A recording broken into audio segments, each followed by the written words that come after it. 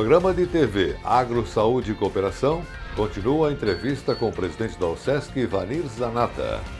Comentário do presidente da Comissão de Agricultura na Assembleia Legislativa, deputado estadual Altair Silva. Hoje vamos mostrar as pesquisas da EPAGRE sobre porta-enxerto de plantas cítricas anãs.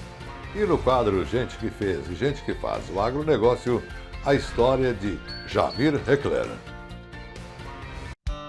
Produtor, quer mais produtividade no plantio de soja, milho e arroz? A Fecoagro Fertilizantes possui uma dupla imbatível para essas culturas. Na base, o Nobre Alga Mais com alga marinha Lithothanium estimula a atividade biológica do solo. Na cobertura, o Cooper Animais com dupla proteção do nitrogênio e liberação prolongada. Os fertilizantes Nobre com alga mais e Cooper Animais estão disponíveis nas cooperativas filiadas à Fecoagro. Um canal, mil histórias. Aqui você navega na excelência do cooperativismo. Somos conteúdos, notícias exclusivas. Somos a marca de um sistema que está encantando o mundo. É onde o agronegócio fez morada. No nosso canal estão produtos exclusivos produzidos pela equipe de comunicação da Fecoagro. Afinal, o melhor de Santa Catarina a gente mostra pra você. Somos Coop em Santa Catarina. Inovação, tecnologia, produtividade, rentabilidade, sustentabilidade. A matéria orgânica desempenha um papel fundamental na manutenção das funções do solo. Pensando nisso, a Fecoagro está lançando no mercado de fertilizantes sua nova solução, Fert Mais Organo Mineral. Toda a tecnologia dos fertilizantes diferenciados Fecoagro, agora com fonte orgânica, que irá favorecer o aumento da atividade biológica do solo e promover maior desenvolvimento do sistema radicular. Possui em sua fórmula o Alga Mais, um componente da alga marinha, Lithothanium, que favorece a multiplicação de micro-organismos benéficos. Os nutrientes orgânicos e minerais são peletizados, trazendo uniformidade e dureza ao fertilizante, facilitando a aplicação no solo. Integrando a agricultura regenerativa, o Fert Mais Organo Mineral é a chave para uma produção com mais rentabilidade e sustentabilidade. Disponível nas cooperativas filiadas à Fecoagro.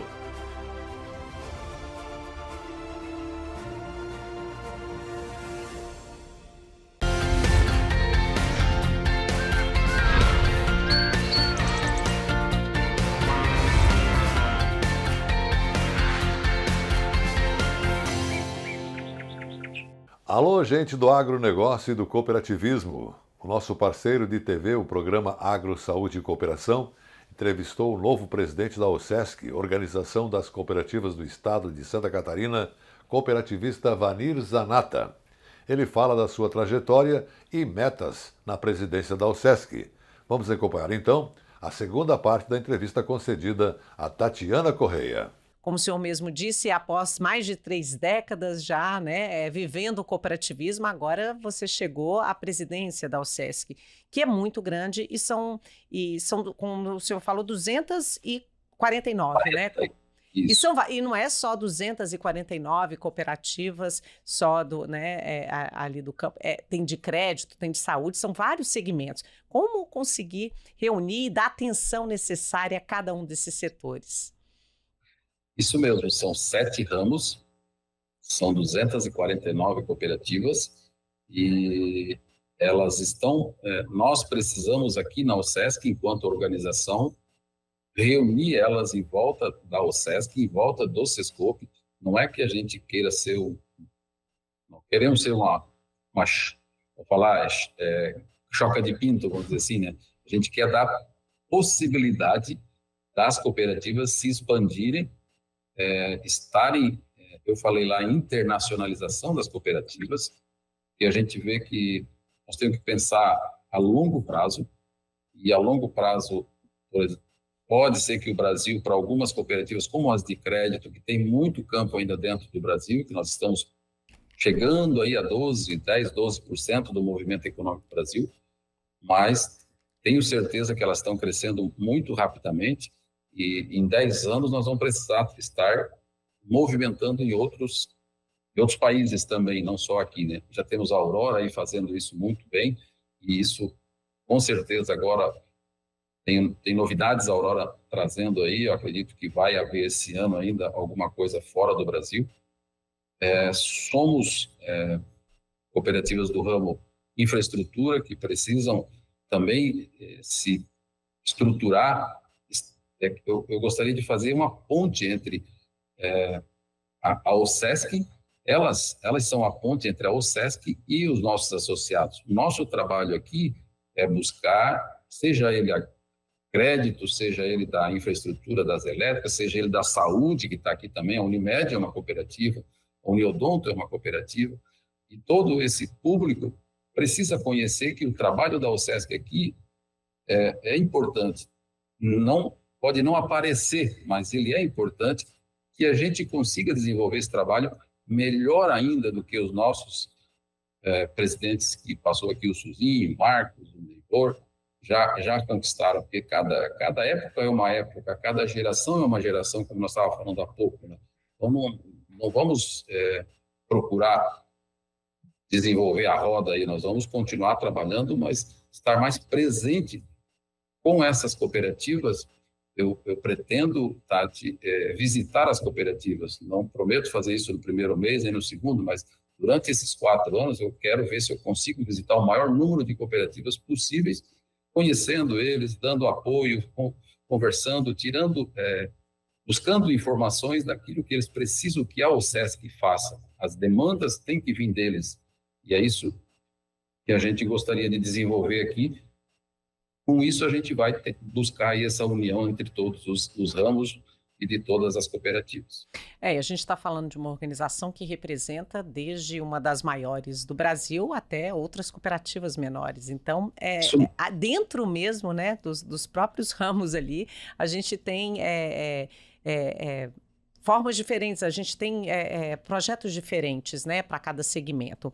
Quando o senhor fala da internacionalização, né, da gente poder ver as cooperativas mais fora do país, a gente sabe que tem muitas indústrias que o agro ele é muito forte no externo. O que está faltando para o cooperativismo estar presente ali também?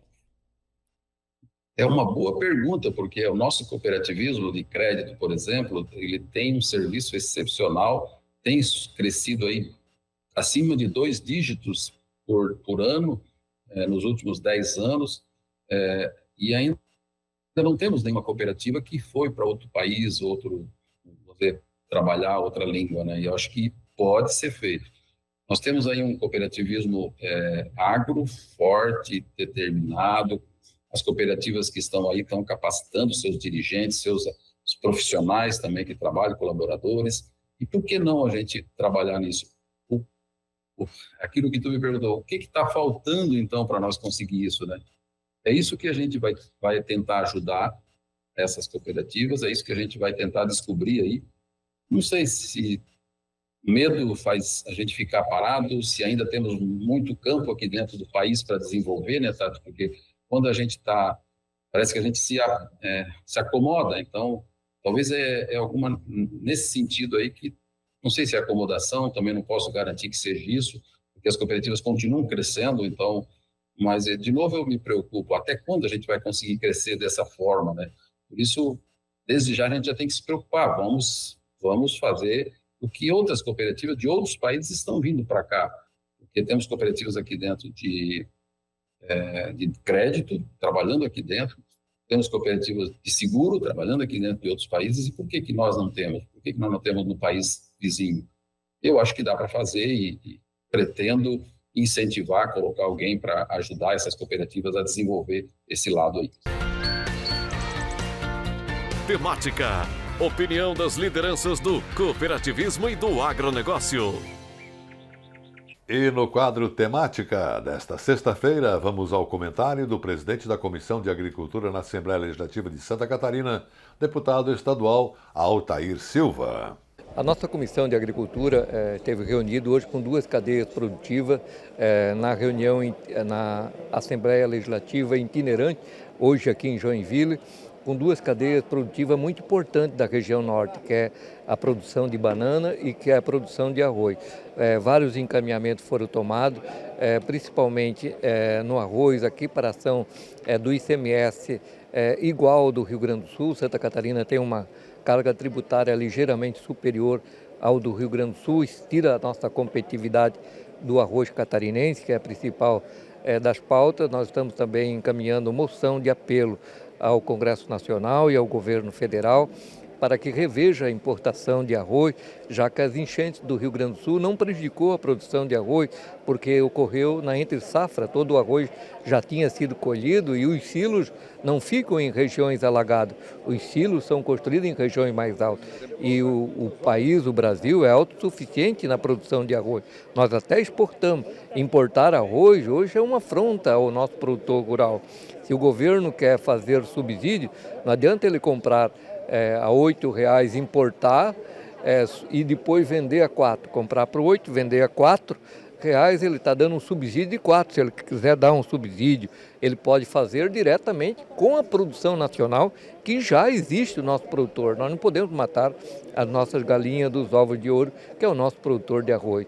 E também, na questão da banana, nós vamos fazer moção de apelo para que a aduana de Dino Cerqueira agilize os processos burocráticos, porque a banana é um produto perecível e quando chega lá, muitas vezes demora alguns dias e isso afeta diretamente o exportador, que acaba perdendo a sua produção que estava levando, principalmente para a Argentina, a sua exportação. E nós também vamos fazer um apelo ao Congresso Nacional para que equipare a carga tributária e ao Ministério da Agricultura, juntamente com o Itamaraty, para fazer uma negociação bilateral, porque nós temos encontrado uma divergência no Mercosul. O Paraguai tem uma alíquota de 0,55 centavos de dólar para a banana e o Brasil tem uma alíquota de 0,75, portanto, praticamente R$ 1 a mais que nós pagamos de imposto por quilo de banana para vender para o Uruguai e para a Argentina. E nós precisamos equiparar a mesma alíquota que o Paraguai tem, ou seja, 0,55 centavos. Então nós vamos fazer o encaminhamento juntamente com pedido de audiência ao Ministério da Agricultura para que a gente possa fazer o equilíbrio e estimular a competitividade da cadeia produtiva da banana. E também um assunto que foi levantado aqui, que nós vamos promover uma reunião conjunta junto com a Comissão de Agricultura da Assembleia Legislativa, que é a questão do maruí, que é um borrachudo que tem afetado muito a saúde pública na região litorânea de Santa Catarina. E nós precisamos, a nível de Estado, criar um programa para combater o maruí e também investir em pesquisa para combater da forma mais correta. Por isso nós vamos promover essa reunião entre as duas comissões para nós debatermos a questão do maruí. Agora, fique ligado nos assuntos que vamos ter depois do intervalo comercial. Você vai conhecer as pesquisas da EPAGRE sobre porta-enxerto de plantas cítricas anãs. No quadro Gente que Fez e Gente que Faz o Agronegócio, a história de Jamir Huckler. Produtor, quer mais produtividade no plantio de soja, milho e arroz? A FECOAGRO Fertilizantes possui uma dupla imbatível para essas culturas. Na base, o Nobre Alga Mais com alga marinha Lithothanium estimula a atividade biológica do solo. Na cobertura, o Cooper Animais com dupla proteção do nitrogênio e liberação prolongada. Os fertilizantes Nobre com alga mais e Cooper Animais estão disponíveis nas cooperativas filiadas à FECOAGRO. A FECOAGRO de Santa Catarina é referência de união e intercooperação. Nossas tecnologias e fertilizantes especiais nutrem as plantas, aumentando a produtividade. A central de negócios forma a escala e gera economia em compras conjuntas. Coordenamos com eficiência e transparência o programa Terra Boa. Nossa comunicação é estruturada levando informação aos cooperados através do rádio, TV e internet. Temos uma gestão profissional com certificado de excelência. Essa é a FECOAGRO, permanentemente estimulando e praticando integração e intercooperação em nosso estado.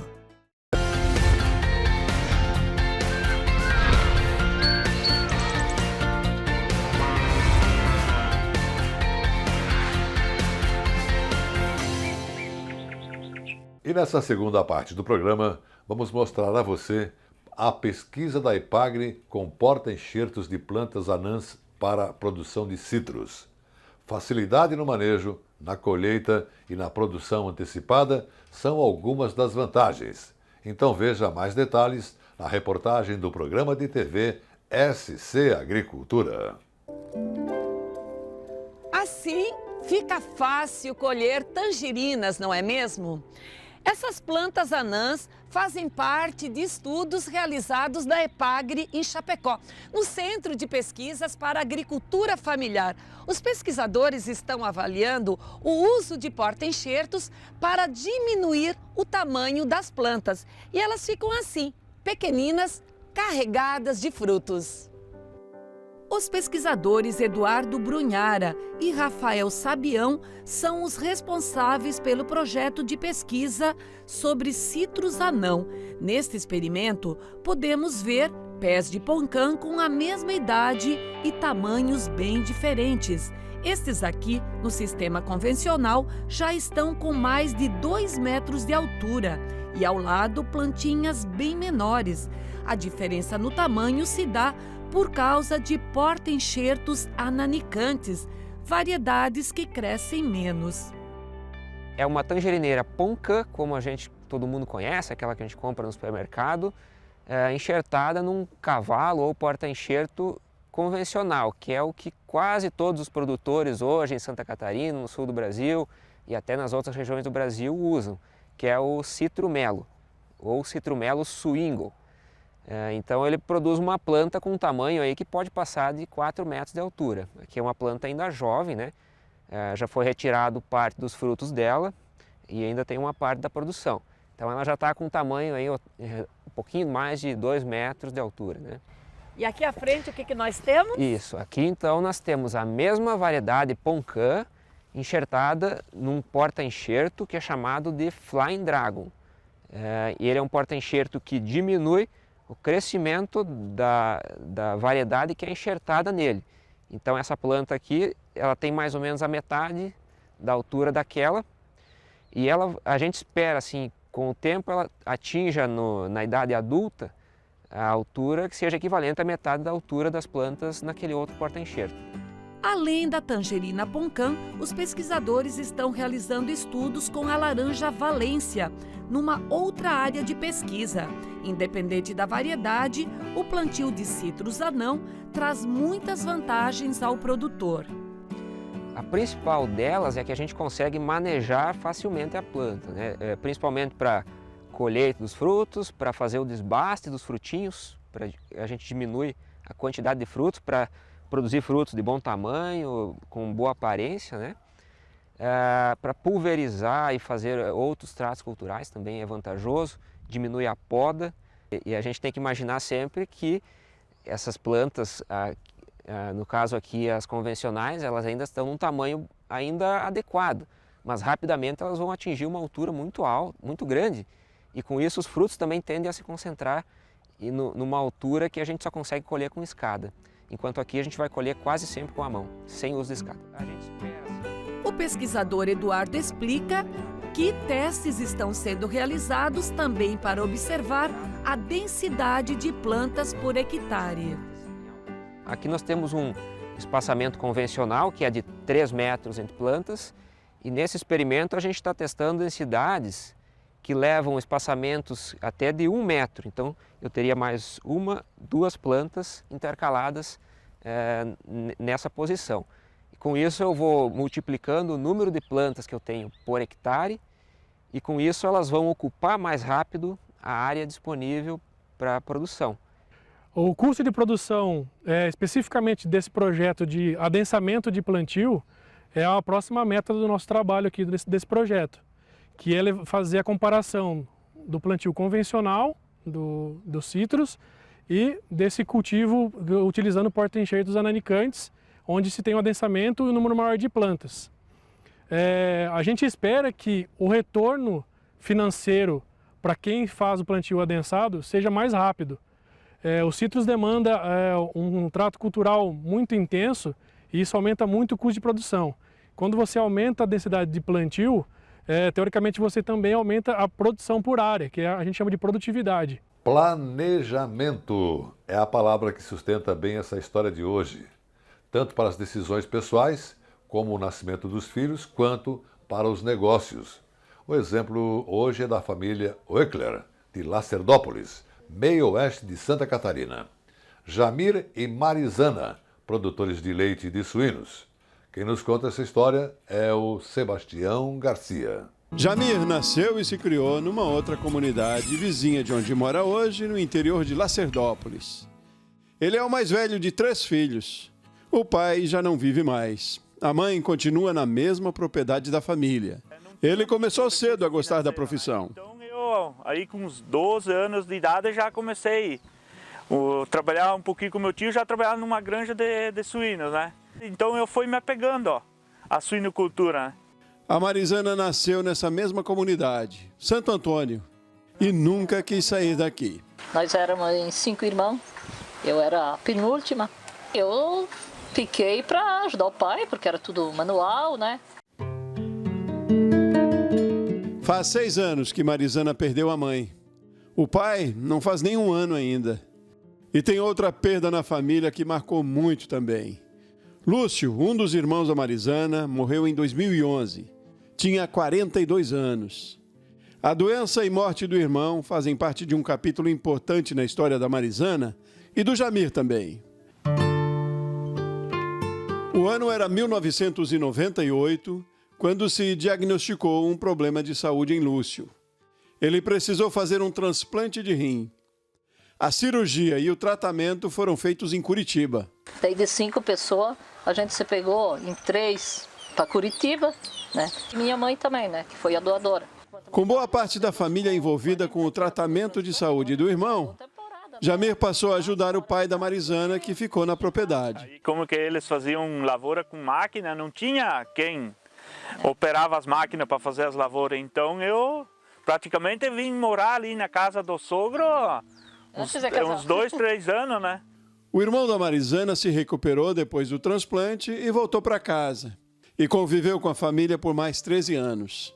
Alguns deles, bem próximo inclusive do Jamir e da Marizana, que depois de casados continuaram morando com os pais dela. E eles quiseram que a gente fosse morar lá para auxiliar no serviço, né? E daí eles começaram a dar uma partezinha do lucro para nós. Era suíno e lavoura. Suínos e lavoura.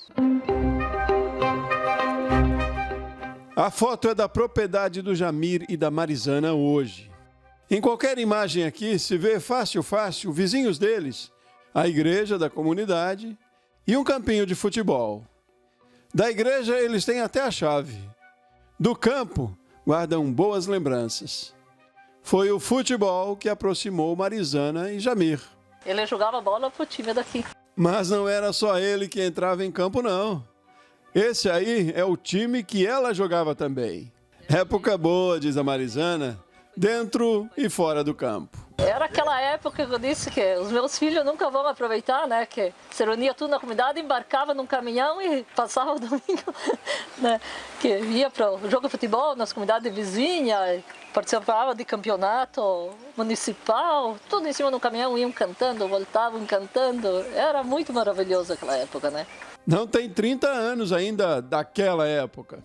96 por aí que nós se conhecemos, aí começamos a paquerar aí. O casamento foi 3 anos depois, outubro de 1999. Com mais 2 anos e muito planejamento, a família começou a aumentar. São 3 os filhos do casal. Ianca, hoje com 20 anos, Ivan, com 16, e Yara, a caçula, que tem 9 anos. Até os filhos foram tudo planejado e distância de um e outro, porque daí eu pensava se eles querem faculdade, quando um sai, o outro começa, né? Ianca optou por um curso na área da saúde. Ela é técnica de enfermagem e quer se especializar em instrumentação cirúrgica. Ela está noiva, vai morar na cidade quando se casar, mas garante, nunca vai deixar o campo.